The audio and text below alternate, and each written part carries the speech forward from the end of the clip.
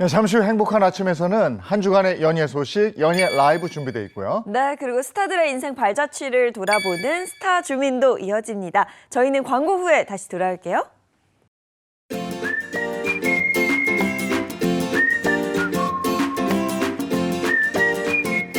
안녕하십니까. 행복한 아침 이재용입니다. 안녕하세요, 장예인입니다. 오늘은 7월 10일 수요일이고요. 저희 연예 라이브 준비해놨는데 첫 재판을 앞둔 김호중 씨가 아버지가 선임해준 변호인단을 해임하고 새롭게 변호인단을 꾸렸다고 그러네요. 이 소식 들어와 있습니다. 네, 그리고 이어지는 스타 주민에서는요. 근거도 또 실체도 없는 가짜뉴스 때문에 고생한 스타들의 이야기 준비했습니다. 자, 수요일의 행복한 아침 시작하겠습니다.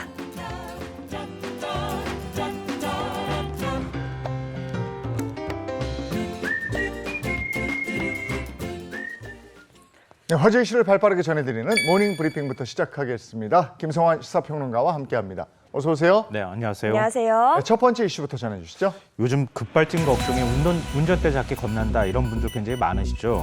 그래서 정부가 급발진 사고 원인을 규명하기 위한 페달 블랙박스 도입을 활성화하겠다 이렇게 밝혔는데요. 하지만 실제로는 적용하기 어려울 것이다 이런 목소리가 나오고 있다고 합니다. 어제도 저희가 잠깐 언급한 적이 있는데 네. 페달 블랙박스 이게 뭔지부터 얘기해 주시죠. 이런 말 처음 들어봤다 이렇게 생각하시는 분들이 많을 것 같은데요. 운전석 아래를 비추는 일종의 이제 영상 저장 장치라고 생각하시면 될 것 같아요. 그렇게 하면 운전석 아래쪽을 비추게 되면은 가속 페달이나 브레이크 페달을 받는지 안 받는지를 알 수가 있게 되잖아요.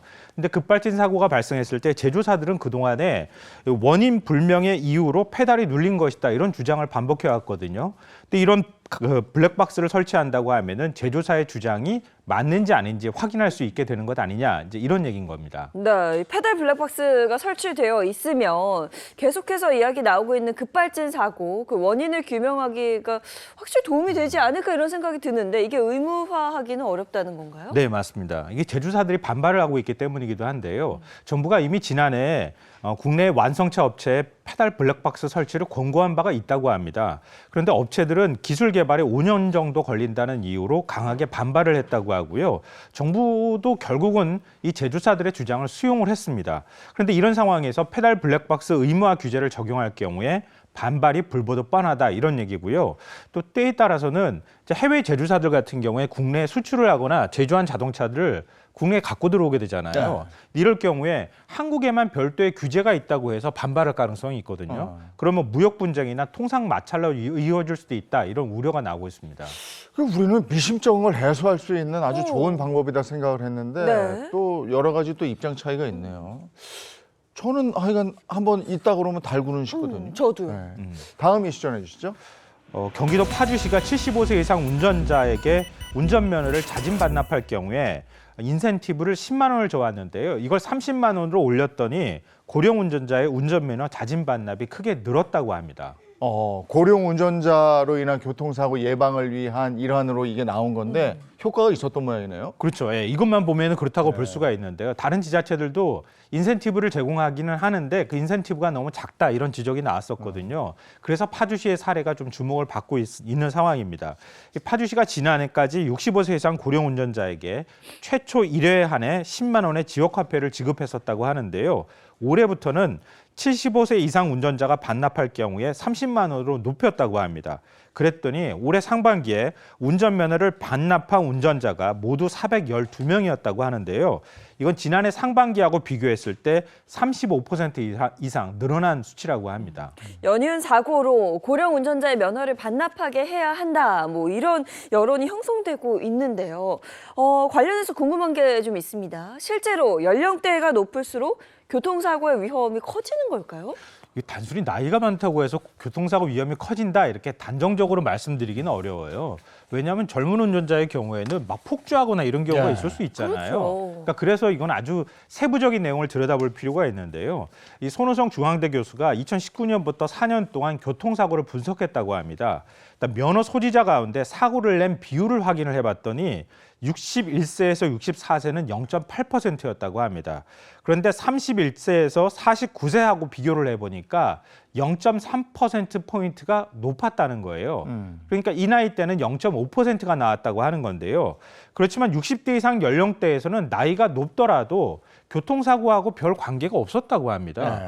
근데 지금 60세 이상에서 주로 이제 운전면허를 반납하라고 얘기를 하는 거잖아요. 특히 이제 75세 이상 고령자에게 운전면허 반납했을 경우에 인센티브를 준다고 하는데 이게 그럼 사고하고 어느 정도 연관성이 있는 거냐 이렇게 단정하기가 어렵다고 하는 네. 거예요. 특히 80세 이상의 경우에는 운전을 잘 안 하는 경우가 많잖아요. 근데 그 나이대에서는 오히려 운전 그 자들의 사고 비율이 더 낮았다고 합니다. 노령, 예. 그러니까 단순히 뭐 나이가 높다 아니다 이것만 가지고 얘기할 수는 없는데 네. 신체가 노화되니까 감각은 둔해질 수밖에 없잖아요. 그런 운전자의 경우에는 좀 건강, 신체의 나이에 따라서 신체 상황에 따라서 차이를 두면 어떻겠느냐 이런 식으로 접근하면 어떨까 싶습니다. 네. 지금 말씀하신 것처럼 무조건 나이 가지고 하는 거는 좀 아닌 것 같다. 이런 얘기도 많이 나오잖아요. 네, 맞습니다. 그러니까 지금 우리나라가 초고령 사회에 조만간 진입한다는 건 다 네. 아실 거예요. 16년 뒤인 2040년에는 전체 고령 인구의 76%가 운전면허를 소집하게 된다고 하는데요. 이럴 경우에 운전면허 소지자가 1,300만 명이 넘는다고 합니다. 근데 이걸 감안하면 고령 운전자의 운전면허 반납을 강제할 수는 없겠죠. 왜냐하면 고령 운전자들에게도 헌법상 이동권이라는 게 있을 수 있잖아요. 네. 그러니까 무조건 규제해서는 안 된다 이런 얘기가 되는 건데요. 그래서 정부는 나이에 상관없이 고위험 운전자를 대상으로 조건부 면허제를 도입하는 방안을 추진 중에 있다고 합니다. 네, 문득 궁금한 게 분명 해외에도 고령 운전자가 있을 텐데요. 네. 어떻게 관리하고 있을까요? 그러니까 조건부 운전면허제라는 걸 제가 말씀드렸잖아요. 이게 운전 시간이나 운전하는 공간 그리고 차량 재원에 일정하게 제약 조건을 붙이는 거거든요. 해외에서도 이런 방식을 도입하는 국가들이 있습니다. 미국 같은 경우에는 주별로 좀 다른데요. 캘리포니아 주의 경우에는 70세 이상 운전자는 운전면허 재심사를 받도록 하고 있습니다. 근데 이 과정에서 의료진의 평가를 받도록 했거든요. 그러니까 정말 운전 능력이 있는지 없는지 평가를 한 다음에 거기에 조건을 붙이는 운전면허를 발급한다고 합니다. 예를 들어서요. 주행 시험을 거친 다음에 거주지 내에서만 운전하시는 게 좋겠습니다. 라면서 조건을 붙여준다고 하는 거예요. 네. 뉴질랜드 경우에는 75세 또 80세 그 이후엔 2년 중위로 면허를 갱신을 할 때마다 의사의 운전면허용 진단서를 또 제출해야 한다고 합니다. 이런 식으로 이분은 다리가 좀 많이 불편해서 너무 장시간 운전하기가 어려운 분이니까 가급적 집 주변에서만 운전하십시오. 그런 운전면허를 별도로 발급할 수도 있다는 겁니다. 이게 오히려 더 합리적이지 않을까 그런 생각이 들거든요. 근데 그걸 저희 아버지 보니까 본인이 알아요. 그러니까 운전하는 게 이게 내가 예전 같지 않다. 이런 느낌이 든다고 그래요. 네. 그래서 그게 한 2번 반복되니까 운전대를 딱 놓으셨거든요. 네, 네. 그렇게 했으면 좋겠어요. 그러니까 그거를 이제 합리적으로 네. 기준을 설정해야 되잖아요. 그러니까 의료진이 평가할 때 네. 이분은 조금 감각이나 인지 능력이 떨어진다고 하면 가급적 운전대를 잡지 네. 않는 게 좋겠습니다라고 한다거나 아니면은 어떤 신체 능력이 조금 떨어진다고 하면은 이 부분은 좀 집 주변이나 아니면 마트 가실 때만 활용하시는 게 좋겠습니다. 이런 식으로 네. 조건을 좀 붙여주는 거예요. 그러면 이동권도 보장되고 지나치게 어떤 규제가 강화되거나 이러지는 않을 수 있을 것 같습니다. 이번에 시청 앞 역주행 그 대형 참사를 보면서 우리가 느꼈잖아요. 네. 이게 잘못 쓰면 정말 흉기예요. 아이, 흉기. 그럼요. 예. 자, 다음 미션 해주시죠. 서울시가 지난해 기존 잠실 야구장 자리에 동구장을 짓겠다 이런 계획을 발표한 적이 있었잖아요. 잠실 스포츠 마이스 개발 사업이라고 하는 건데요. 그 일환의 하나로 이제 이런 것들을 하는 겁니다. 근데 이 때문에 이 동구장으로 바꾸는 공사가 진행이 되면 2027년 시즌부터 잠실구장을 쓸 수 없게 되거든요. 이 야구 팬들이 굉장히 반발을 했었습니다. 근데 논의 끝에 잠실 주 경기장을 대체구장으로 사용하기로 했다고 하는 소식입니다. 이렇게 되면 지금보다 조금 더 많은 사람들이 야구장에 가서 야구를 볼 수 있겠는데요? 잠실구장을 아예 못 쓸 수도 있었으니까요. 많이 쓴다 안 쓴다의 문제는 아니었던 네. 것 같은데 근데 잠실 주경기장을 야구장으로 쓰면은 더 많은 관객이 들어가겠죠. 네. 왜냐하면 구장이 더 훨씬 크니까요. 그러니까, 네. 그러니까 잠실 야구장의 최대 수용 인원이 한 2만 5천 명 정도 됐거든요. 근데 리모델링 후에 잠실 주경기장을 쓰게 될 경우에는 5천 명이 더 들어간다고 합니다. 그러니까 최대 3만 명까지 수용을 할 수 있게 된다고 하고요. 그러니까 지난해 LG하고 두산이 보통 이제 한 시즌에서 경기당 평균 12,000명에서 16,000명 정도를 관객을 모았거든요. 또 그러니까 3만 명 정도가 들어갈 수 있는 구장이 된다고 하는 거니까 넉넉히 관객들, 그 야구 팬들을 다 받아도 되는 거죠. 근데 사람이 몰리면 또 안전사고 개연성도 있기 때문에 인파가 느는 것에 따른 어떤 대책 뭐 마련이 돼 있겠죠? 예, 이게 처음부터 얘기가 나왔던 네. 방안이에요. 그러니까 서울시가 이 부분에 대해서는 애초 발표 때부터 얘기를 했던 건데요. 그러니까 관람객들이 안전하게 이동할 수 있도록 봉은교 방향 서쪽 진출입로하고 연결된 인도의 폭을 좀 넓혀주고요. 백제 고분로 방향 동쪽 진출입로에는 공사 현장과 별도로 분리된 전용 그 보행 통로를 만들기로 했다고 합니다. 그리고 두산 베어스하고 LG 트윈스 또 KBO도 관람객 안전사고 예방을 위해서 대책을 마련하고 운영 시스템을 만드는 등 철저한 준비를 하겠다 이런 입장을 밝혔습니다. 저게 큰 이벤트가 있으면 그 지하철 굉장히 몰리거든요, 네, 사람들. 네. 그것도 그쵸. 또 예. 관리 잘 하셔야 되겠고. 다음 이슈 전해 주시죠. 이거는 좀 황당하게 생각하실 분들이 많을 것 같은데요. 과거 도로교통공단에서 사용하는 인터넷 주소가 10년 넘게 사주 프리 사이트로 쓰이고 있다고 합니다. 에? 이것뿐만 아니고요. 정부 기관과 연결된 39개 인터넷 주소가 영리 목적으로 쓰이고 있는 것으로 나타났습니다. 그러니까 정부가 도메인 관리를 너무 허술하게 하는 거 아니냐 이런 지적이 제기되고 있는 상황입니다. 아니 잠깐만요. 어떻게 공공기관에서 사용하던 사이트가 다른 목적으로 뭐 방금 사주 얘기하셨는데 예. 이게 가능한 건가요? 그러니까 사연이 있기는 합니다. 그냥 지금 공공기관에서 사용하는 도메인이다라고 하면 이건 굉장히 큰 문제가 되잖아요. 네. 제가 말씀드렸던 것처럼 공공기관들이 명칭을 변경하는 경우가 있습니다.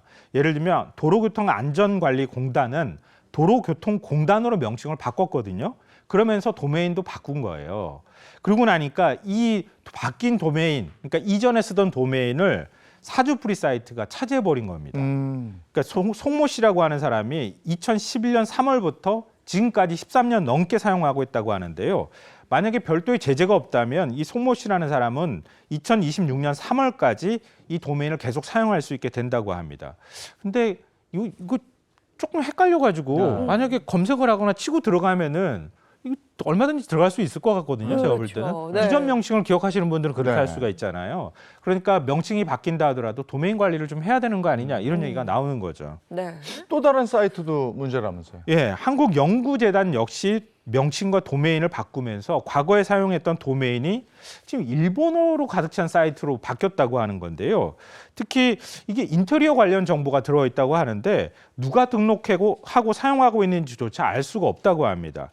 이 도메인 등록자가 도메인 등록 정보 숨김 서비스를 사용하게 되면은 누가 쓰는지도 모른다 그래요.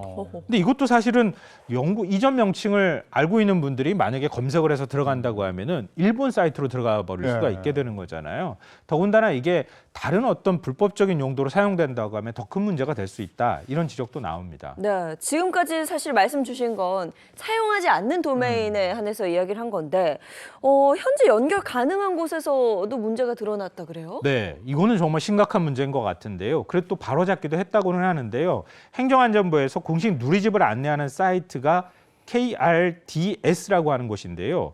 이 행안부가 공공 사이트 또 어플리케이션 이용 편의성을 높이기 위해서 추진 중인 사업을 알리는 인터넷 페이지인데요. 이 접속 불가, 주소 오류는 물론이고 불법 도박, 또 성인용품 판매 사이트로 이어지는 문제가 발견이 됐다고 합니다. 한국인터넷진흥원의 도메인 이동 관리 준칙에 따르면 우린 보통 이제 OR.kr이라고 하잖아요. 정부가 뒤쪽에 쓸 수 있는 이런 사이트는 비영리 목적으로 보통 쓰거든요. OR.kr이라고 하는 건. 근데 이걸 버젓이 다른 데가 연결하는 사이트로 활용하고 있다는 얘기가 되는 겁니다. 근데 다행히도 문제가 된 도메인은 언론사 보도 이후 정정이 되긴 했는데요.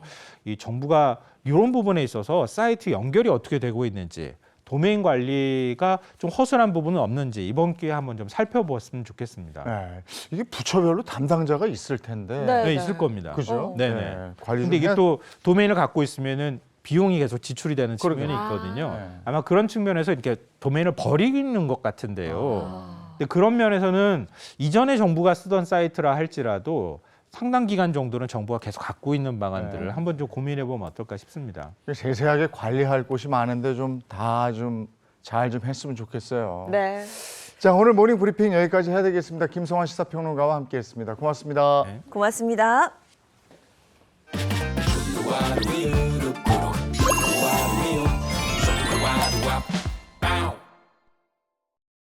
네, 행복한 아침 함께하고 계신 지금 시각이 7시 45분을 넘어섰습니다. 이번에는 한 주간의 영화 소식을 알아보는 박스 오피스 준비되어 있습니다. 네, 이번 주 극장가를 뜨겁게 달구고 있는 박스 오피스 순위부터 한번 살펴보시죠. 자, 먼저 5위입니다. 콰이어트 플레이스 첫째 날이 5위고요. 4위는 하이제킹, 3위는 핸섬 가이즈, 2위는 인사이드 아웃 2, 그리고 1위는 탈주입니다. 네, 그리고 수요일 아침을 이끌어줄 이 세 분 소개해 주시죠. 네, 안녕하세요. 행복한 아침에 상큼 발랄 행복 비타민 개그우먼 박은영입니다. 안녕하세요. 대중문화 전문기자 홍정선입니다. 안녕하세요. 자칭 특종 여신 미남 전문 기자 최정아입니다. 네, 언제 봐도 기분 좋아지는 세 분과 오늘 수요일 아침 한번 시작해 보겠습니다.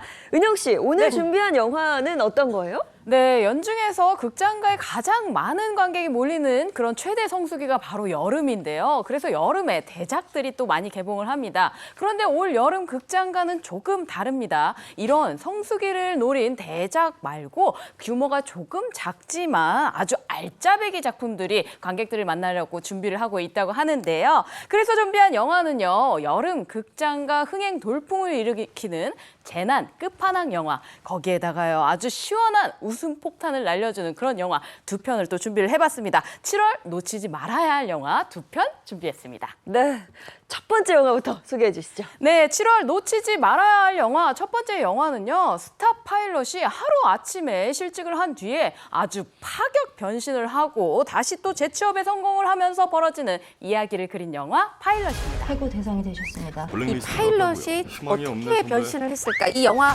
파일럿의 한 줄 평은 어머 이렇게 예뻐도 돼? 이겁니다. 극중 스타 파일럿을 연기한 이 조정석 씨가 여장 연기에 나왔는데 세상에 남자가 이렇게 예뻐도 되는 거야? 정말 이게 한 줄 평인 거예요. 이 캐릭터를 위해서 여장을 위해서 저탄고지 식단으로 무려 7kg을 감량하고 네 지금 보셨죠? 너무 예쁜 거 보셨죠? 네 그 어떤 옷도 100여 벌의 옷을 다양한 옷을 소화를 했다고 하는데 이 조정석 씨의 여장 연기가 얼마나 찰떡인지 얼마나 예쁜지 7월 30일 수요일에 직접 극장에서 확인해 주시면 좋겠습니다. 네, 두 번째 영화 소개해 주세요. 네, 7월 놓치지 말아야 할 영화 두 번째 영화는요, 아주 짙은 안개 속에 연쇄 추돌 사고가 발생을 하고요. 그리고 붕괴 위기에 공항대교에 풀려난 아주 통제불능의 군사용 실험견들로부터 살아남기 위해서 고군분투를 하는 극적인 사투를 벌이는 사람들의 이야기를 그린 영화 탈출 프로젝트 사이언스입니다. 네, 영화 탈출 프로젝트 사일런스에 대한 한 줄 평을 남기자면요. 꼬리에 꼬리를 무는 연쇄 재난이라고 말을 할 수 있을 것 같습니다. 일단 이 영화의 시작은요, 보이지 않는 위험한 안개를 스릴러 요소로 활용하며 안개로 발발한 추돌 사고로 문을 엽니다.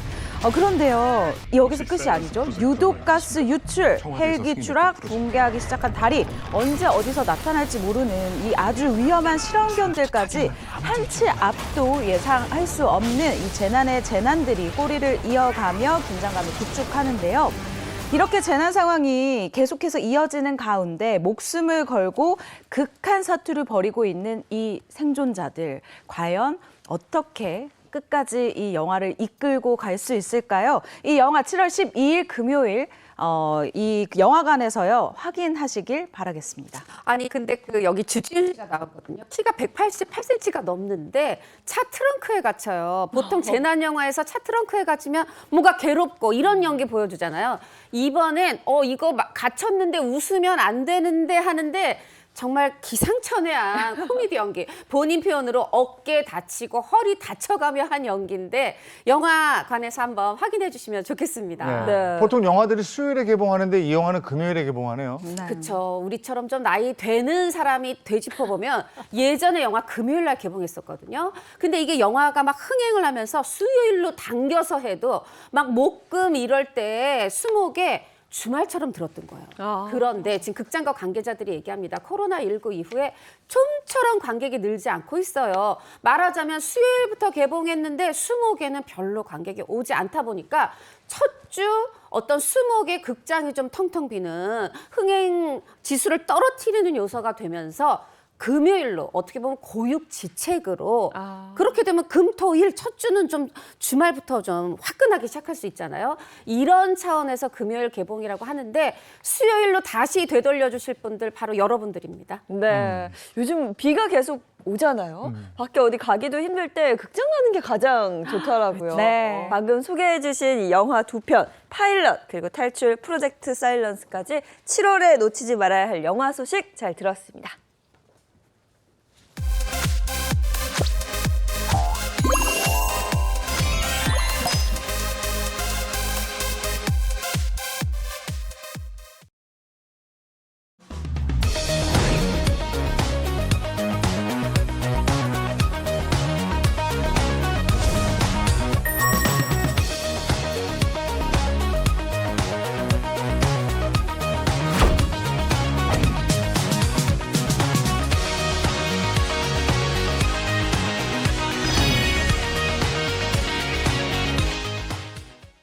네, 이번엔 한 주간의 핫한 연예 소식, 연예 라이브 시간입니다. 네, 은영 씨 연예 라이브 첫 번째 소식은요? 네, 연예라이브 첫 번째 소식은 오늘 첫 재판입니다. 가수 김호중 씨의 첫 공판기일이 오늘 오후에 열리는데요. 이 첫 재판을 앞두고 변호인단을 물갈이했다는 소식에 그 이유에 대해서 궁금증을 자아내고 있습니다. 네, 뭐 몇 시간 후면 김호중 씨의 첫 재판이 열립니다. 이 첫 재판을 앞두고 변호인단을 왜 바꾼 건지 그 이유가 좀 궁금한데요. 네, 일단 김호중 씨가 변호인단을 싹 물갈이한 이유. 자의반, 타의반이다라고 얘기를 할 수 있을 것 같습니다.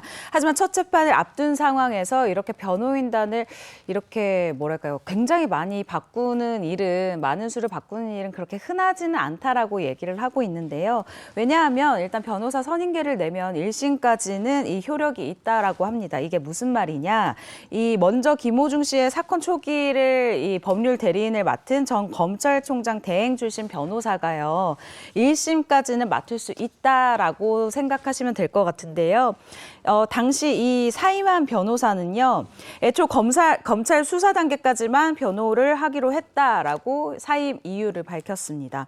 이어서 다른 변호사 3명도 사임을 한 상황인데 눈여겨볼 점은요, 이 김호중 씨 아버지가 선임한 것으로 알려진 한 명의 변호사가 있는데 이 변호사 역시도 해임이 됐다라는 사실입니다. 그러니까 사임한 변호사 4명, 해임한 변호사 1명 해서 5명의 공백이 생긴 건데 왜 아버지가 선임한 변호인단을 해임하고 새롭게 꾸렸을까요?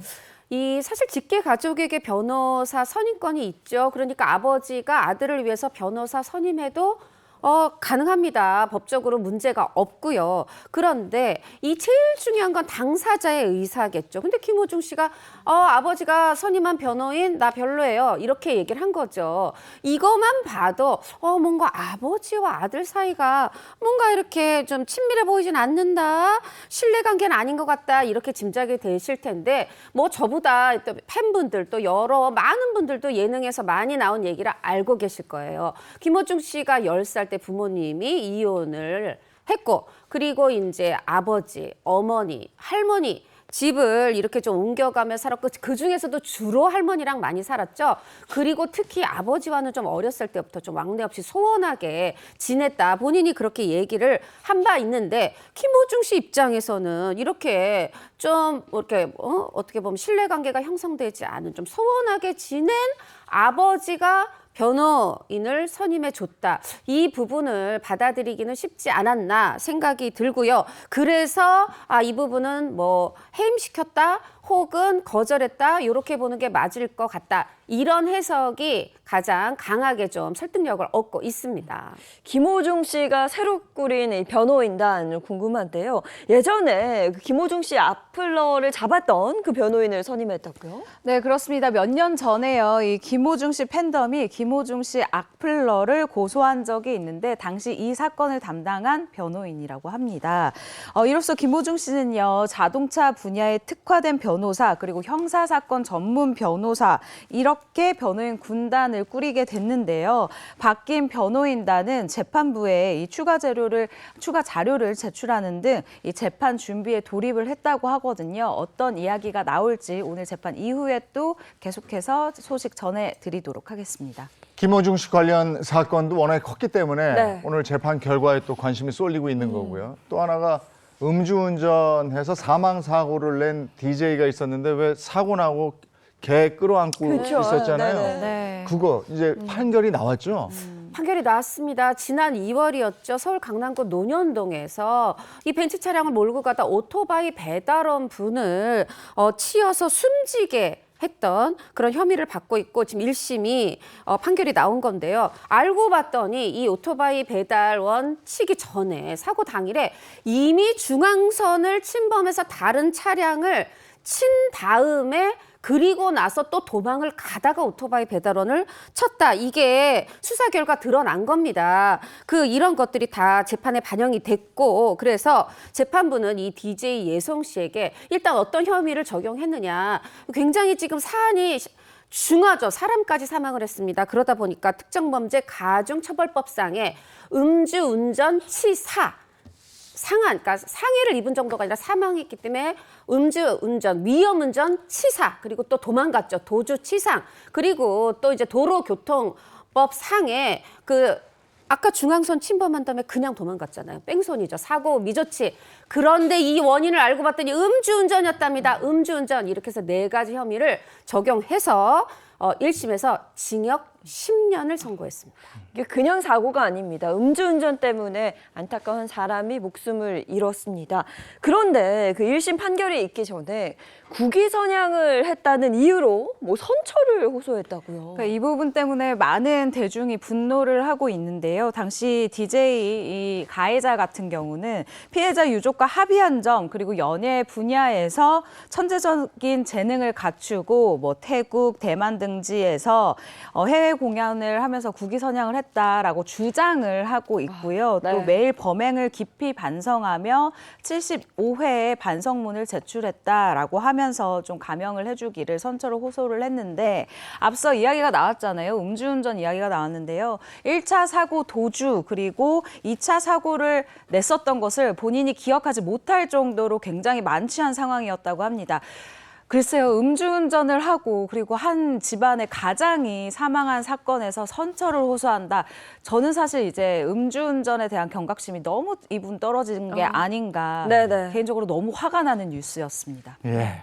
자, 2번째 연예 소식 나갑니다. 네, 연예라이브 2번째 소식은 현빈 인격에 관한 손예진입니다. 부천 국제 판타스틱 영화제에서 아주 오랜만에 공식 석상에 얼굴을 비친 배우 손예진 씨가 남편 현빈 씨에 대한 자랑을 그렇게 늘어놓으며 아주 팔불출 아내의 면모를 드러냈다는 소식입니다. 그래 손예진 씨가 남편 현빈 씨의 뭘 그렇게 잘하는 예, 일단 손예진 씨의 팔불출 면모는요. 뭐 그냥 혼자 얘기한 건 아니에요. 이 팬분이 질문을 던졌습니다. 저도 결혼한 친구들 있으면 꼭 물어보거든요. 아니, 뭐 때문에 결혼했어? 라고 하는데 팬분들 너무 궁금했나 봐요. 손예진 씨에게 현빈 씨의 무엇에 반해서 결혼을 했느냐라고 질문을 한 거죠. 그랬더니 손예진 씨가 이렇게 얘기를 합니다.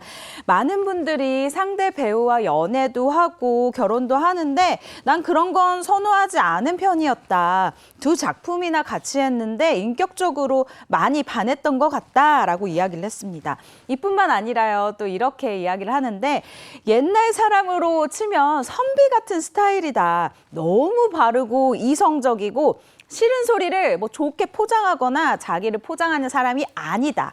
아주 담백한 그런 모습이 좋았다라고 덧붙였는데요. 아, 연기 잘하고 돈 잘 벌고 잘생겼는데 이렇게 인격적으로도 훌륭하다. 아, 저는 일단 싱글로서 너무 부러운 이야기였고요. 아, 그리고 실제로 본인 입으로도 이렇게 얘기를 합니다. 잘생겼고 키도 크고 믿음직스러웠다라고 애정을 뽐냈는데 너무 부럽네요. 보통 뭐 이 정도까지 남편 자랑하면 에이 하는데 네. 우리가 현빈 씨 알잖아요. 인정할 수가 너무 맞는 말이라 네. 뭐 토를 달 수가 없습니다. 그리고 또 닮은 사람끼리 결혼하면 잘 산다. 뭐 그래서 하관 운명설 뭐 이런 말이 있는데 이 부부도 마찬가지예요. 근데 그 얘기 맞는 것 같아요. 네. 부부가 닮으면 잘 산다고 잘 살죠. 하는데 하관 운명설 이건 또 처음 들어봤는데 아니, 2사람이 그 2 부부가 하관이 닮았다는 거 아니에요? 그렇죠. 하관 운명설 이걸 말씀드리기 전에 제가 손예진 씨 우리 방송 볼까봐 또 잠깐 말씀드리면 사실 이제 손예진 씨가 얘기를 한 데가 지금 비판 부천국제 판타스틱 영화제가 이번 일요일까지 열리거든요. 세상에 여기서 한국 배우 손예진을 과 함께 특별전을 독보적 손예진. 사실 우리 국민 첫사랑의 독보적인 배우잖아요. 그 섹션을 열었는데 여기서 이제 팬분이 질문을 한 겁니다. 자, 그럼 국민 첫사랑이 택한 남편과 손예진 씨 정말 독보적으로 하관이 닮았을까요? 이 하관 운명설이라는 게 저도 진짜 처음 들어봤는데 하관이 닮은 사람하고 결혼하면 잘 산다. 이게 하관 운명설이라는데 손예진 씨가 얘기합니다. 아, 사실 제가 이 드라마하고 영화하는 상대 배우랑 그렇게 뭐 결혼하고 이럴 생각이 없었어요. 고려하지 않았는데 자꾸 주변 분들이 둘이 닮았어 특히 하관이 닮았네 이런 얘기를 듣다 보니까 어머 닮았나 비슷한가 우리 운명인가 이런 생각을 하게 됐다고 하는데 바로 그 생각이 든 거 다른 사람의 얘기가 귀로 들어온 게 운명입니다. 아니, 아까 두 사람 사진 보니까 진짜 닮게 닮았죠. 특히 하관이 하관도 닮았어요. 닮았고 사실 웃는 모습도 좀 닮은 것 같고 네. 점점 더 닮아가겠죠. 네. 그쵸. 근데 뭐 저는 개인적으로 그렇습니다. 뭐 아내 손예진 그리고 엄마 손예진 다 좋지만 연기를 워낙 잘하잖아요. 그쵸. 본업을 하는 그 배우 손예진의 모습 제일 좋거든요. 차기작이 혹시 결정됐나요? 아, 여러분 말도 마세요. 차기작 어마무시합니다. 이 손예진 씨가요. 일단 2022년 드라마 39 이후로 결혼과 출산을 겪으면서 이 공백기를 잠시 가졌습니다. 우리 곁을 잠시 떠나 있다가 드디어 돌아오는 건데요.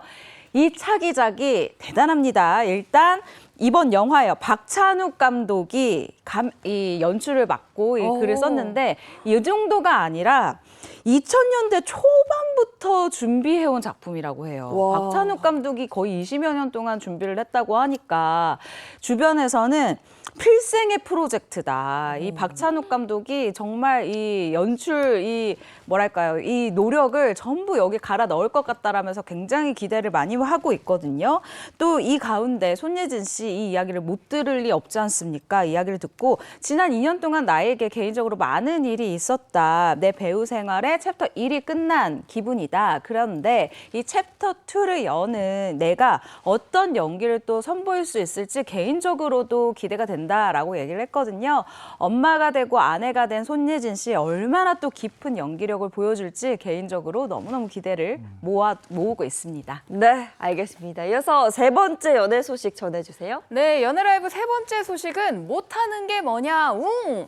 과연 어떤 웅이냐? 바로 우리의 히어로 임영웅 씨에 대한 이야기인데요. 직접 영화 시나리오까지 썼다는 임영웅 씨, 이번에 또 자신이 주연한 단편 영화를 또 공개를 하면서 새로운 모습을 선보였다는 소식입니다. 예, 그런데 이 단편 영화도 또 반응이 좋다면서요? 아니 정말로 그러니까요. 못하는 게 뭐냐옹 완전 이건데 아니 지금 제목이 이 단편 영화가 인 악토버예요. 예전에 전지현 이정재 주연의 10월에는 있었는데 그게 사랑애였는데 요건 10월에 어이네요. 인 악토버 10월에 무슨 일이 벌어졌을까? 요게 한 30분 길이 정도의 이 영화인데 세상에 OTT에 뜨자마자 실시간 인기 영화 1위 지금 뜨는 콘텐츠 1위 이번 주 영화 탑 20 22 중에서 2위 이렇게 대단한 성과를 보였는데 이 소식 듣는 우리 방송 보시는 또 임영웅 팬분들 뭐 이번 주 영화 탑 20에서 2위라고 다음 주엔 1위를 갈 테야 이러면서 또 열심히 광클릭하지 않으실까 싶네요. 네, 이 단편 영화 내용이 좀 궁금합니다.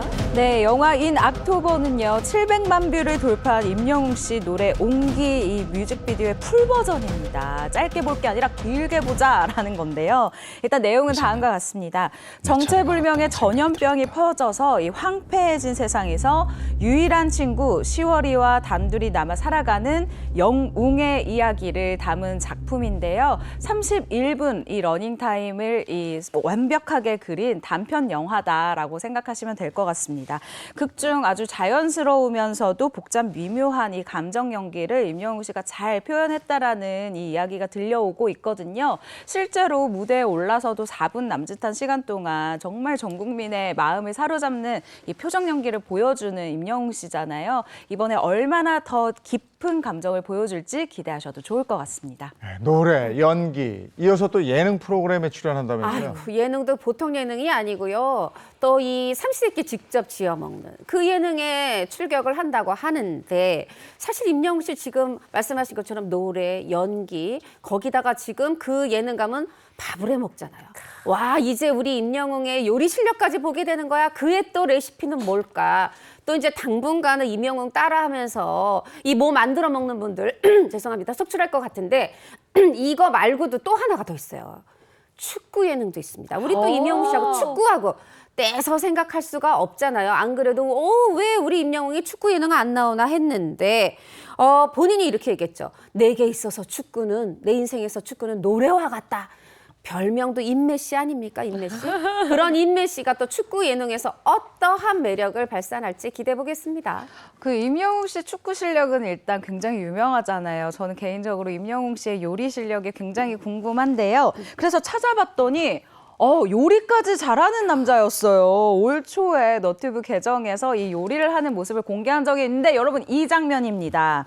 떡국을 만드는 모습을 선보였는데 일단 가래떡을 어슷썰기 하는 것부터 뭐 다진 마늘, 대파, 소고기를 넣고 볶고요. 이 능숙하게 아주 물 흐르듯이 이 요리를 해내고 있잖아요. 임영웅표 밥상에 대한 기대감까지 높아지고 있는데 한번 얻어먹고 싶네요.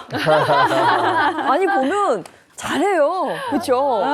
잘하고 저보다 나은 것 같다는 생각이 갑자기 드는데 사실 뭐 임영웅 씨는 예능 프로그램에서 자주 볼 수 있었던 스타는 아닙니다만 갑자기 이렇게 예능 프로그램 출연하는 이유가 혹시 있을까요? 네, 임영웅 씨가요 지난달에 이 공식 채널을 통해서 자신의 생일 기념 이 라이브 방송을 한 적이 있습니다. 지난달이라기보다 그렇죠, 지난달이죠. 했었는데 앞으로 여러분을 만나볼 수 있는 기회, 만날 수 있는 시간을 많이 마련할 예정이다. 여러분들에게 좋은 모습 많이 보여드리고 싶다. 그런 자리 마련할 것이다. 라고 약속을 했거든요. 이 약속을 지키는 남자였었던 거예요. 이처럼 정말 이 노래라는 이 장르, 이 범위에만 국한되지 않고 연기, 예능, 뭐 운동, 요리 정말 모든 분야에서 얼굴을 내비치면서 팬들과 계속해서 소통을 하겠다라는 의지인데요.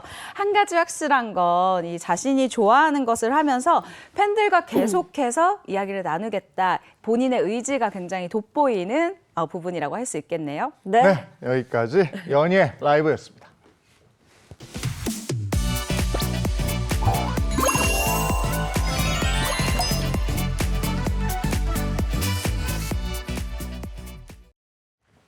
네, 이번에 대한민국 대표 스타들이 걸어온 길을 되돌아보는 스타 주민 시간입니다. 네, 스타 주민 오늘도 기대되는데요. 은영 씨, 스타 주민 주제는 어떤 거예요? 네, 오늘 스타 주민 주제는요. 노래 한 소절로 제가 또 준비를 해봤습니다. 여기도 짜가 하이 저기도 짜가 하이 짜가가 판친다. 이 노래 신나, 요즘? 괜히 따라하게 되잖아요. 그렇죠? 짜가, 가짜 관련해서 얘기하는 거예요? 네, 맞습니다. 아주 요즘에 연예계 가짜 뉴스들이 정말 판을 치고 있는데요. 오늘 그런 스타 주민 주제, 스타를 잡는 소문의 실체입니다. 자녀가 있는 이혼남과 결혼을 했다는 가짜 뉴스를 접한 배우부터요. 아주 전성기 때 시집온 며느리 때문에 집안이 재력가라고 소문이 난 스타 시월드까지 다양하게 한번 준비를 해봤습니다. 네, 그런데 요즘은 가짜 뉴스의 그 수위가 점점 더 높아지는 것 같아요. 실제로 연예인들과 인터뷰를 해도 이 부분에 대해서 굉장히 분노하고 있는데요. 요즘 왜 그럴까 찾아봤더니 너튜브라던가요, 인별그램이라던가 이렇게 좀 자신의 이야기를 할 수 있는 이런 플랫폼이 굉장히 많이 늘어났잖아요. 이런 부분에서 다양하게 확산하면서 스타들의 가짜 루머를 정말 사실인 양 둔갑시켜서 영상을 만들고 글을 쓰는 사람들이 점점 늘어나고 있다는 겁니다. 그런데 이러한 수법이 한층 교묘해지고 있습니다. 심지어 제가 기자로서 너무 화가 나는 게 언론사와 기자의 이름까지 마치 진짜인 것처럼 정말 사람들이 믿을 수밖에 없게 이 여러 가지 화면이라던가 내용을 만드는 거예요. 문제는 이를 근절할 방도가 마땅치 않다는 점에서 위기감이 더 고조되고 있습니다. 그러니까 가짜 뉴스가 더 많이 생성되고 더 문제가 굉장히 자극적이에요. 근데 이게 조회수 늘리고 조회수가 늘어나면 또 돈벌이가 되고 이래서 그러는 거예요. 그렇죠. 그리고 또 이제 어떤 서버가 그 업체가 우리나라 국적이 아니잖아요. 이제 미국 국적이고 이러다 보니까 그런 문제도 있는 것 같은데 말씀하신 것처럼 일단 조회수가 늘면 수익이 곧바로 수익이 되는 이 구조상, 수익 구조상 일단 클릭하게 하면 돼. 몰라 뒤는 어떻게 되든 하는 식으로 사실을 왜곡하다 못해 사실 제로, 아예 사실이 들어있지 않은 가짜 뉴스를 일부 모두는 아니지만 일부 동영상 크리에이터들이 이런 작태를 보이고 있는 겁니다. 그래서 이게 점점 수위가 세지는 게 뭐 멀쩡히 살고 있는데 이혼했다. 뭐 그다음엔 또 이혼하고 나서 또 이렇게 혼자 열심히 잘 살고 있는데 재혼했다. 여기까지도 또 이것도 너무 화가 나지만 특히 제가 연예인 분들한테 또 어떤 고통 호소를 듣는 게 뭐냐면 사망설. 나 살아있는데 전화가 온다는 거예요. 지금 뭐 그 가족한테 가거나 아니면 어디 응급실에 이런 거 있으면 정말 응급실 갔나.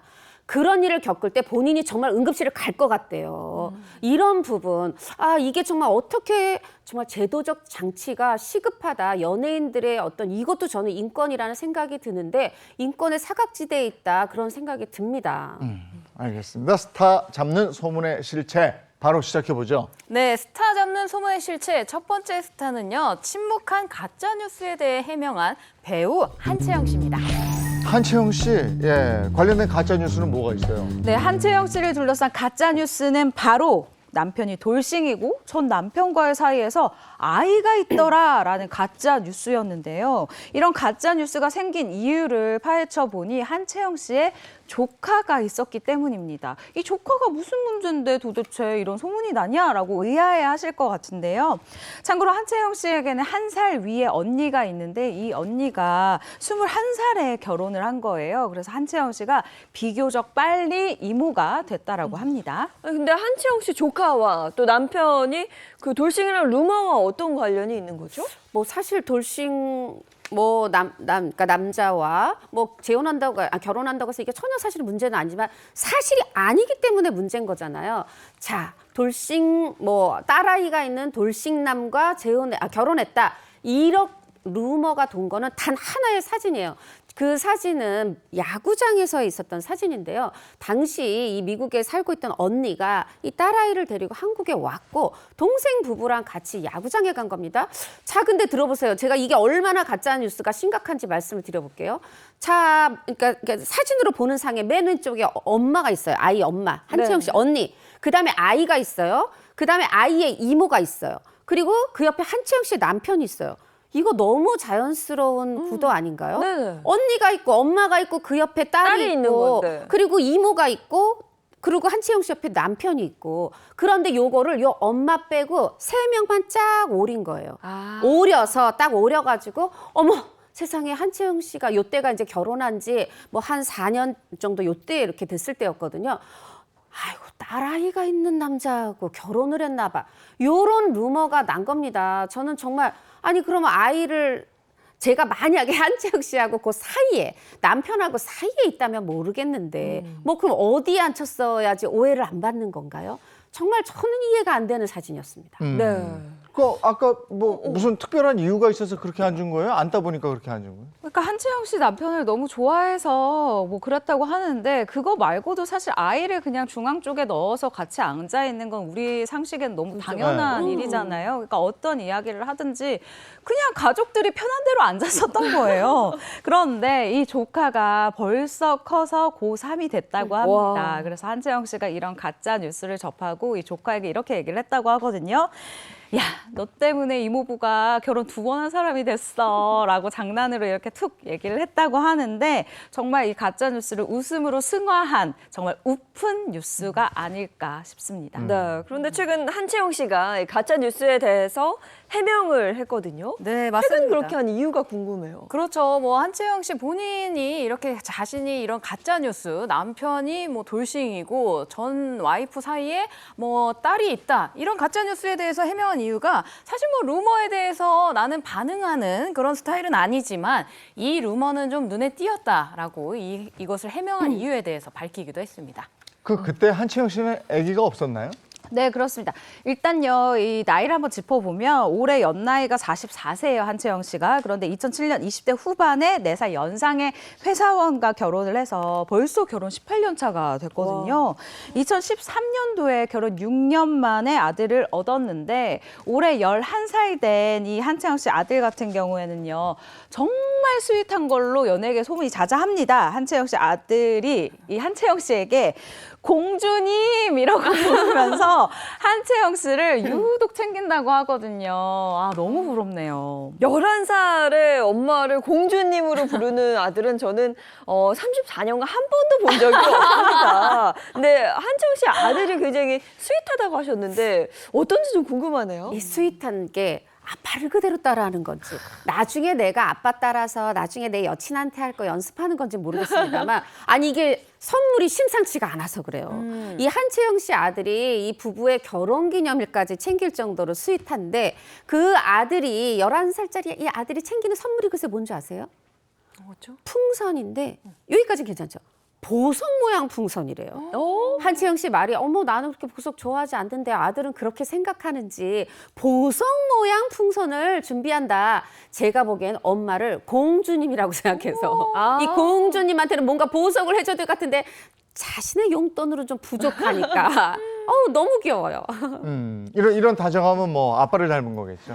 네, 맞습니다. 왜냐하면요, 한채영 씨 남편분이 결혼하기 전에 한채영 씨에게 뭐 많은 선물을 했겠지만 그 중에 대중에게 알려진 선물 2가지가 있습니다. 프로포즈로 7억 원 상당의 선물을 했기 때문으로 알려졌는데요. 와, 대단합니다. 일단 두 사람은요, 이 재미교포 사업가로 유학 시절 이 친구들 모임에서 만나서 친구로 지내다가 연인으로 발전한 케이스인데요. 일단 결혼 전에 한채영 씨가 제가 아까 20대 후반에 결혼했다고 했잖아요. 메이크업을 한창 그때 활동을 바쁘게 할 때라 막 메이크업을 받고 있는데 꽃다발이 막 연달아서 배달이 오더라는 거예요. 그리고 이 꽃다발에 박스 같은 게 있었는데 그걸 박스를 탁 여니까 차키가 있었고요. 그 안에 또 이제 나와라는 메모가 적혀져 있었대요. 그래서 그 글을 보고 한채영 씨가 이게 뭐지라고 하면 밖으로 나갔더니 차예요, 여러분. 리본이 딱 붙여져 있는 이 차가 준비가 되어 있었는데 이 차가 당시 2억 원. 당시에 2억 원 가량이었다라는 거고요. 그리고 이 트렁크에 또 막 풍선이 달려 있더래요. 근데 그 풍선 사이에 여러분 딱 봤더니 아까 아들이 보석 풍선 준비했다고 하지 않았습니까? 열었더니 보석이 진짜 보석이 있었는데 이 보석이 얼마냐? 5억 원! 당시에 또 5억 원짜리 이 정말 대단한 그 다이아몬드 반지를 프로포즈로 받아서 지금까지도 회자되고 있는 이 프로포즈 선물로 이 기억이 되고 있습니다. 이 소식을 꼭 알려야 되는 거예요? 아니 7억 프로 말도 안 돼. 아니 그냥 지금 나와 했는데 나갔더니 정말 뭐 꽃 한 송이 뜯고 있든 뭐 통닭 한 마리 들고 있어도 괜찮은데 7억 와. 지금도 억소리인데 지금 이 선물을 받았던 때가 18년 전쯤 그렇습니다. 7억 원의 선물을 줬다는 야, 18년 전이에요, 이게. 네, 참 이 아침에 네. 자, 근데 이제 보니까 아들이 누굴 닮았나 했더니 아빠를 닮았네요. 자상함을 좀 닮은 것 같고. 한채영 씨 요즘 어떻게 지내는지도 궁금해요. 저 결혼 6년 만에 낳은 뭐 아들도 열심히 키우고 최근에 드라마 하고 있잖아요. 악역을 하고 있어요. 자신이 원하는 걸 위해서는 무엇이든지 서슴지 않고 하는 악역인데 저 사실 옛날에 쾌걸 춘향 때 드라마 현장에서 봤을 때 정말 어떻게 저렇게 줘서 예쁘게 생겨서 착하기까지 한가 했는데 경연기도 잘하더라고요. 연기력이 늘었어요. 예, 이제 다음 스타 얘기하겠습니다. 네, 스타 잡는 소문의 실체 두 번째 스타는요. 아주 수십 년간 중매인이라는 가짜 뉴스 때문에 가짜 소문 때문에 마음고생을 했던 강부자 씨입니다. 강부자 씨야말로 그동안 수십 년 동안 반복된 가짜 뉴스로 가슴앓이 많이 했던 분 아니에요? 많이 했죠. 그것도 본인 얘기입니다. 아니 사람과 사람을 연결해주는 일을 나는 굉장히 어려운 일이라고 생각하는데 어쩌다가 그런 소문이 났는지 모르겠다. 내가 살면서 이렇게 가짜 소문에 휘말릴 줄은 정말 몰랐다. 내가 이제 이거 때문에 내 가슴을 찢고 싶었다 했어요. 근데 여기서 가만 들어보면 사람과 사람을 연결해주는 게 뭐가 이게 나쁜 소문이야? 근데 이게 흔히 말하는 정말 결혼할 사람들의 중매인이 아닌 뭐 그런 중매인이었기 때문에 굉장히 가슴을 찢을 그런 일이었다고 합니다. 네, 도대체 그럼 누구와 누굴 준매를 해줬다는 거죠? 네, 강부자 씨가 과거 한 매체에서 본인이 직접 얘기한 거라 저도 얘기를 할 수 있을 것 같은데요. 10여 년 전부터 재벌 총수와 이 배우 후배들을 연결해주는 역할을 내가 하고 있다고 소문이 났다더라. 그런데 심지어 소개를 해주고 이 중간에 소개비까지 내가 가로챈다라는 소문이 돈다. 아주 구체적으로 그 소개비를 내가 뭐 몇 대 몇 가지 받는다라는 루머가 있다라고 굉장히 좀 억울해하는 모습을 보인 적이 있어요. 자신을 둘러싼 가짜 소문에 대해서 방송을 통해 아주 거침없이 얘기를 해주신 건데요. 강부자 씨 이렇게 얘기를 합니다. 10만 원짜리 내가 전세로 시작해서 70평 빌라에 산다. 아니 내가 그렇게 중간에서 소개비를 가로챘으면 내가 지금쯤 부자가 되고도 남았다라면서 억울한 심경을 전했습니다. 근데 이게 이제 떠도는 가짜 소문. 뉴스. 네. 이게 진짜 아닌가 하는 그런 일도 있었다면서요. 그렇죠. 사실 이렇게 조용히 떠돌던 이 가짜 뉴스 혹은 루머, 뭐 그냥 뭐 사설, 뭐 정보지 이런 거였는데 때는 2006년으로 거슬러 올라갑니다. 노현정 씨가 아나운서 노현정 씨가 이 현대가로 시집을 갔잖아요. 어머 그런데 그 하객 사진을 봤더니 거기 강부자 씨가 딱 있네. 이걸 놓고 또 이렇게 늘 이게 한 장의 사진이 문제예요. 이걸 놓고 어머 또 아나운서를 재벌가에 또 소개시켜주고 딱 여기 참석을 했네. 이게 그 증거네. 이렇게 곡해했다는 겁니다. 근데 사실 이 결혼식에 참석한 건 고인이 되신 정주영 회장과의 인연이죠. 그 인연으로 당시 이제 정주영 씨가 창당했던 국민당 이 소속 비례위원으로 제14대 국회의원도 됐던 어떻게 보면은 시아버지와의 인연인데 이게 또 이렇게 와전이 됐다고 하네요. 네, 강부자 씨는 자신을 둘러싼 이 가짜 뉴스 딱 접했을 때 마음이 뭐 정말 참담했을 것 같습니다. 그렇죠. 굉장히 힘들었을 겁니다. 이게 오죽하면 어떤 생각까지 하게 했느냐. 강부자 씨가 내가 왜 이 연기자의 길을 선택을 했을까? 왜 이렇게 고통스러울까? 그냥 육체적 고통은 고통도 아니다. 라면서 정말 정신적인 고통에 많이 힘들었음을 밝히기도 했습니다. 근데 이런 가짜 뉴스를 주변 동료들을 통해서 알게 됐다면서요? 이런 이제 뭐 이런 소문을 들은 동료 배우가 전화를 한 거죠. 아니 너 그 얘기 들었어? 뭐 아니면 뭐 언니 그 얘기 들었어? 아니 이게 무슨 일이야? 막 이러면서 얘기를 해주니까 이 전화를 듣고 펑펑 울었다 그래요. 근데 본인 생각보다도 자식 또 남편 생각이 났다 그래요. 남편도 배우 이무건 씨잖아요. 그러면 어디선가 다 들었을 거 아니에요. 세상에 그 얘기를 듣고 나한테 얘기도 못했겠고 본인은 얼마나 속상했겠나. 사실 남편 사랑 끔찍한 분이잖아요. 그래서 또 끔찍한 그 사랑만큼이나 남편 걱정도 하셨다네요. 네. 근데 만약 저라면 이렇게 가짜 뉴스를 딱 들었을 때 바로 해명을 하거나 혹은 뭐 고소를 할 수도 있었을 것 같은데 그걸 왜 안 하셨는지도 궁금해요. 네, 일단 자신을 괴롭혀온 이 가짜 뉴스를 고소하지 않은 이유, 해명하지 않은 이유에 대해서 이렇게 얘기를 했는데요. 내가 후배들을 뭐 재벌 회장들한테 소개를 해주는 이런 뭐 내가 중매쟁이 역할을 했다? 이거 나 너무 싫은 소문이다. 그런데 어이가 없어서 그냥 넘어갔다라는 거예요. 시끄러운 것보다 그냥 가만히 있는 게 낫다. 내가 안 했으면 그냥 가만히 있는 게 낫다라고 생각을 했다. 뒤집어 엎으면 먼지밖에 더 나겠냐라면서 침묵했었던 그 무거운 속내를 나타내기도 했습니다. 근데 강부자 씨가 맡은 배역을 보면 전형적인 어머니상 이런 걸 맡았는데 어떻게 이런 소문이 난 거죠? 그렇죠. 강부자 씨 이런 가짜 뉴스에 대해서 아무래도 이렇게 후덕한 내 생김새 때문에 이런 뉴스가 나온 것 같기도 하다. 뭐 개주, 치맛바람 역할들 굉장히 거친 그런 여자 배역에 대한 그런 선입관 때문에 아무래도 이런 소문이 난 게 아닐까라면서 가짜 뉴스가 나온 근원지에 대해서 추측을 하기도 했습니다. 네, 뭐 이렇게 실체 없는 소문에 시달렸던 강부자 씨. 과거 엉뚱한 해프닝에 또 휘말린 적도 있었죠. 그때 사회면에서 이제 정치면에서 시작은 됐죠. 어떤 한 국회의원이 이 대통령의 인사 문제를 지적하면서 이거 무슨 강부자 정권이냐, 말하자면 강남의 땅 부자인 사람들만 요직에 앉혔냐, 뭐 이런 식으로 이제 비판을 했던 게 시작해서 이제 뭐 그 뒤로 뭐 이렇게 그 강부자 정권 막 이거를 여러 매체에서 헤드라인으로 쓰고 그랬던 겁니다. 아니 이게 좋은 뜻의 내 이름이 쓰인 게 아니잖아요. 맞아요. 어떤 비판적인 나쁜 비난의 내 이름이 쓰인 거잖아요. 또 소가리를 했고, 근데 어떤 어떤 행사장을 갔다가 강 부장 씨가 이제 의원을 만난 겁니다. 그래서 제발 그런 식으로 내 이름 쓰지 말아주세요 부탁을 했고 그 의원은 그 뒤로 쓰지 않았고 특히 퇴임 때는 강 부장 씨에게 어떤 사과의 뜻도 전했다고 합니다. 이름에서 비롯된 해프닝이었는데 이 강부자라는 이름이 굉장히 안 좋은 뜻으로 쓰였기 때문에 본인은 정말 기분이 안 좋았겠어요. 네, 이렇게 오랫동안 가짜 뉴스에 시달린 강부자 씨 정말 한 가지 이 배우 생활을 하면서 아쉬움이 있다라고 하는데요. 이것도 아예 다른 방향으로 튑니다, 여러분. 배우 생활을 하면서 내가 아주 불꽃 튀는 로맨스를 하지 못해서 내가 그게 아쉽다라고 얘기를 한 거예요. 이런 강부자 씨가 로맨스를 원하는 상대역은 또 누굴까요? 예, 조심스럽게 여쭤봤더니 강부자 씨가 이렇게 얘기를 합니다.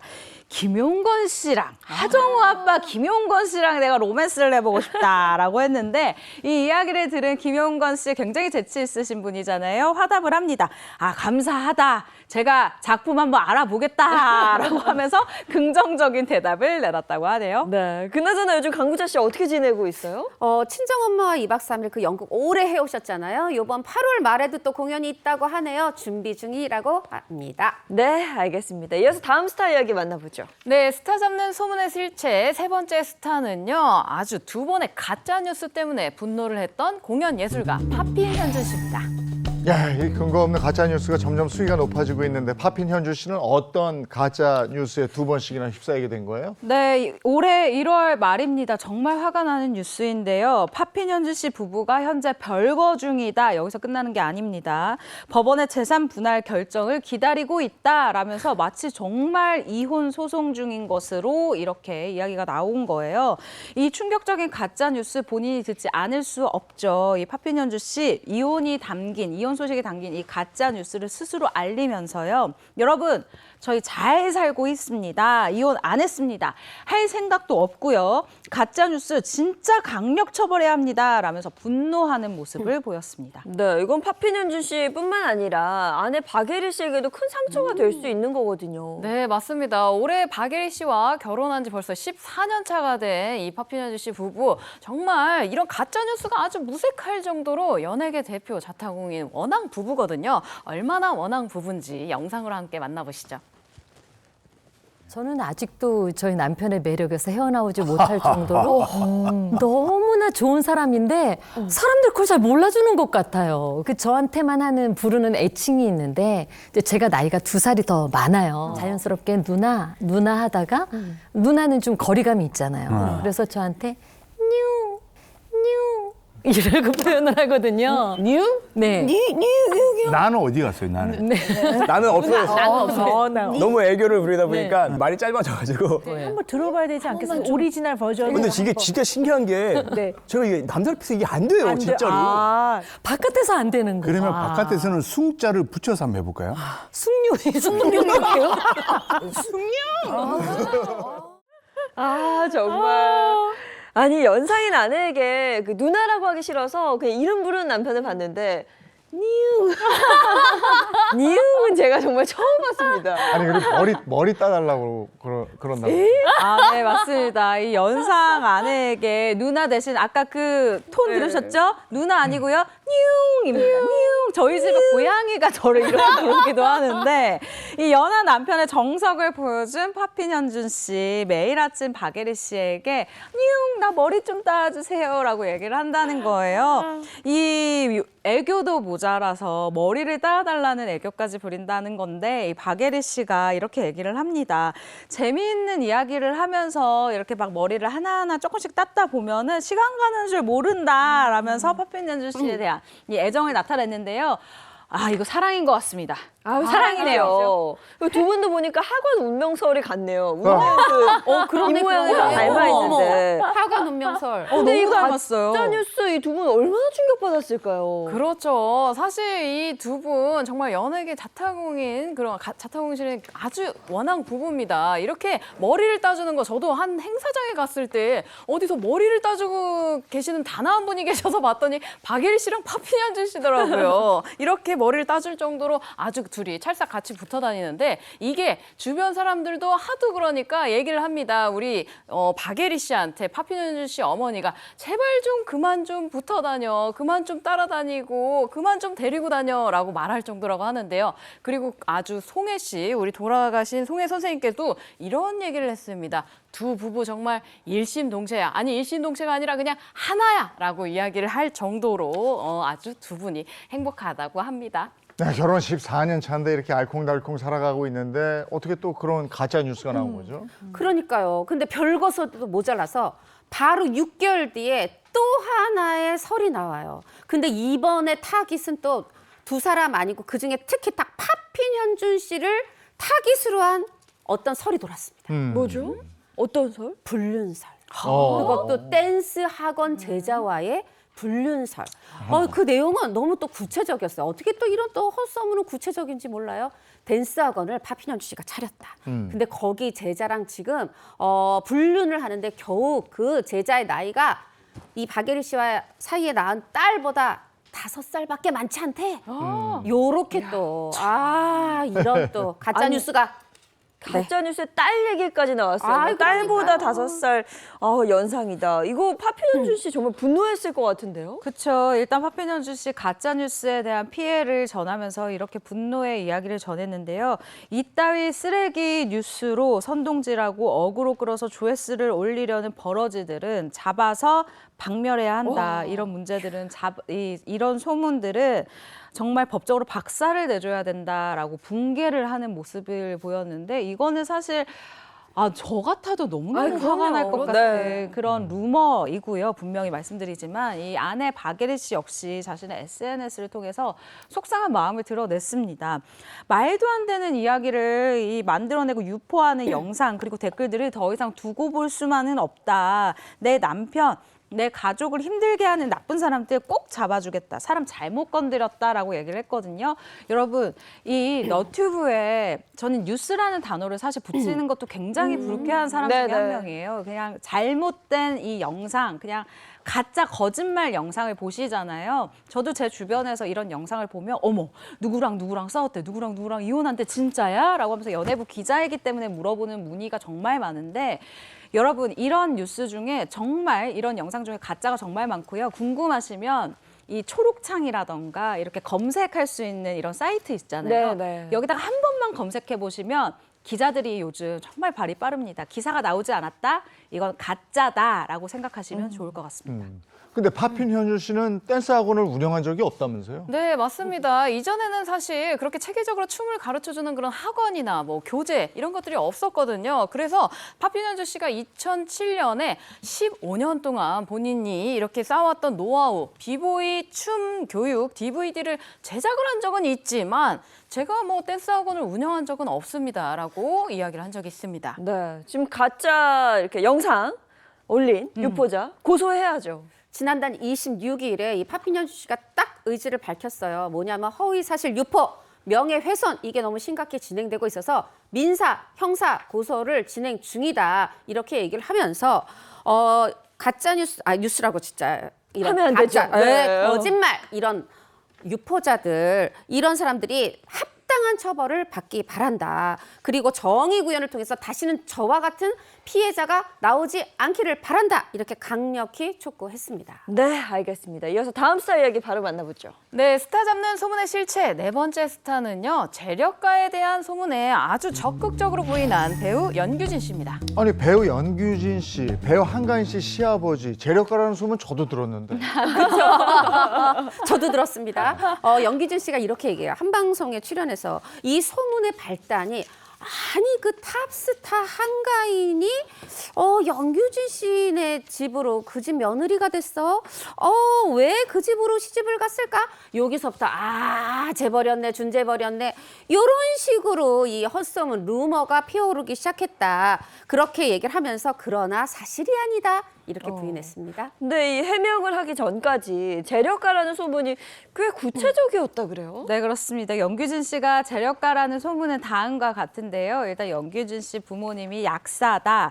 그리고 재산을 모은 것으로 극장을 운영했고 또 연규진 씨 또한 연기학원을 해서 번 돈으로 부동산을 투자해서 돈을 많이 벌었다라는 거예요. 그리고 실제로 일단 이 아들이 여러 대의 이 스포츠카를 타고 다니니까 아빠가 사줬나 보다라고 생각을 하는 것 같거든요. 이에 대해서 영규진 씨가 이야기를 합니다. 아니, 일단 극장 얘기부터 내가 얘기를 하자면 나랑은 관계없는 정말 족보상 친척이 운영을 했을 뿐이다. 나랑 관계없다라고 하면서 극장 소유주에 대한 이 소문을 부인했습니다. 아니 그거 있잖아요. 아들 며느리하고 살려고 판교에다가 뭐 저택을 지었다. 집중. 뭐 실제로 지은 거 아닌가요? 예, 그거는 루머 아닙니다. 250평의 땅에다가 판교에 집을 이제 건평은 50평인데 2층이니까 연건평은 100평이죠. 이런 집을 딱 멋있게 보시는 저런 고급 타운하우스 저런 건데 영규진 씨는 꿈이 있었던 것 같아요. 이걸 이렇게 넉넉하게 2층 아래 위층에서 우리 이제 아들 부부랑 계속 살아야지. 그런데 사실 5, 6년 지나서 나갔습니다. 영규진 씨가 이거에 대해서 이렇게 얘기해요.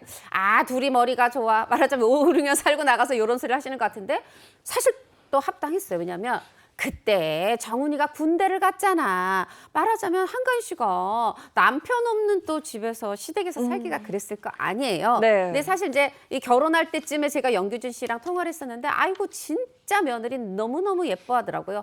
뭐 집 나가서 살아도 예뻐하실 겁니다.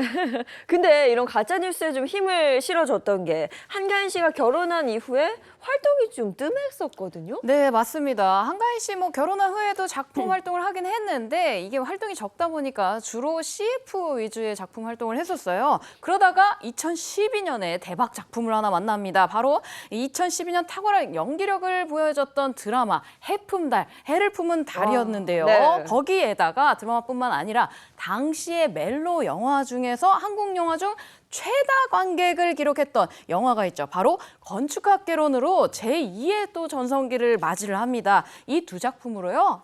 2012년 한가인 씨 거의 배우 인생에서 최고의 전성기를 보냈다고 해도 과언이 아니죠. 그런데 이 전성기를 뒤로하고 20대 중반 나이에 결혼을 했잖아요. 예, 확 빨려 들어간다. 네.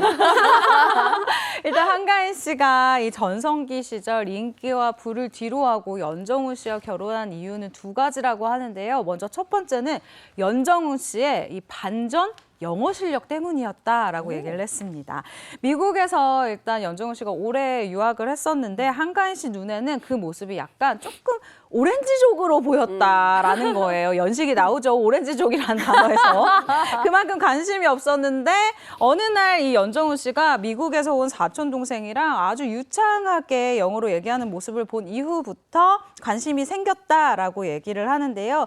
연정훈 씨 역시 이렇게 순순히 인정합니다. 만약에 나 영어 못했으면 한가인이랑 결혼 못했다. 연예계 대표 도둑 못됐다라고 얘기를 했습니다. 네, 두 번째 이유도 있을 것 같은데요. 한가인 씨가 어렸을 때 좀 아버지의 정을 잘 모르고 자란 약간 본인 표현으로 조금 불우하고 그렇게 마음이 행복하지 않았던. 그런데 이 남자친구네 집에 갔더니 집이 너무 화목하더라는 거예요. 나도 저 가족의 일원이 됐으면 좋겠다. 누군가 나의 울타리가 돼주면 좋겠다. 이런 마음으로 결혼을 했고 이 영규진 씨도 그 부부도 이 마음을 너무 잘 알아서 딸처럼 대해주시고 아주 보기 좋아 보입니다. 네. 네, 오늘은 스타 잡는 소문의 실체라는 주제로 얘기를 나눠봤습니다. 고맙습니다. 고맙습니다. 네, 요즘은 날씨가 정말 중요합니다. 오늘 어떨지 궁금한데요. 마지막 기상캐스터 나와주세요. 네, 상암동입니다. 밤사이 충청 이남에 기록적인 폭우가 내렸습니다. 현재 비구름이 동쪽으로 이동해서 경북에 호우특보 발효 중인데요. 낮까지 시간당 20에서 50mm의 호우가 집중되겠습니다. 오늘 전국에 비가 오다 밤이면 대부분 그칩니다. 경북에 최대 120mm 이상, 전국에도 100mm 이상 예보됐습니다. 오늘 비와 함께 바람도 문제입니다. 충청과 호남, 제주에 특히 강하게 불 텐데요. 초속 20에서 25m에 달하는 돌풍이 몰아치겠습니다. 네, 오늘 낮 기온 서울 31도로 어제보다 높겠고요. 대전과 광주는 28도 선 보이겠습니다. 습도가 높아서 체감 더위는 더 심할 걸로 보입니다. 내일부터는 정체전선이 남하합니다. 주 후반에는 주로 남부와 제주에 비를 뿌리겠고요. 내륙 지역은 소나기만 지나겠습니다. 네, 충청 이남은 극한호우로 비 피해가 속출했습니다. 차량과 주택이 침수되는 사고가 잇따랐는데요. 산사태 위험 지역이나 하천, 지하차도에 출입을 자제하시기 바랍니다. 지금까지 날씨 전해드렸습니다.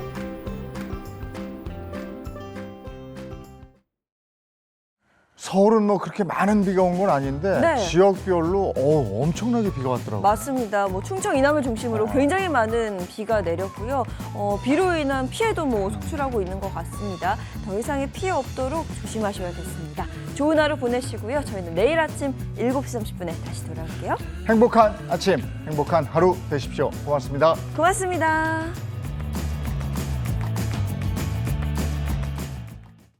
즐겨봐 너의 세상 플레이 더 넥스트 채널 A.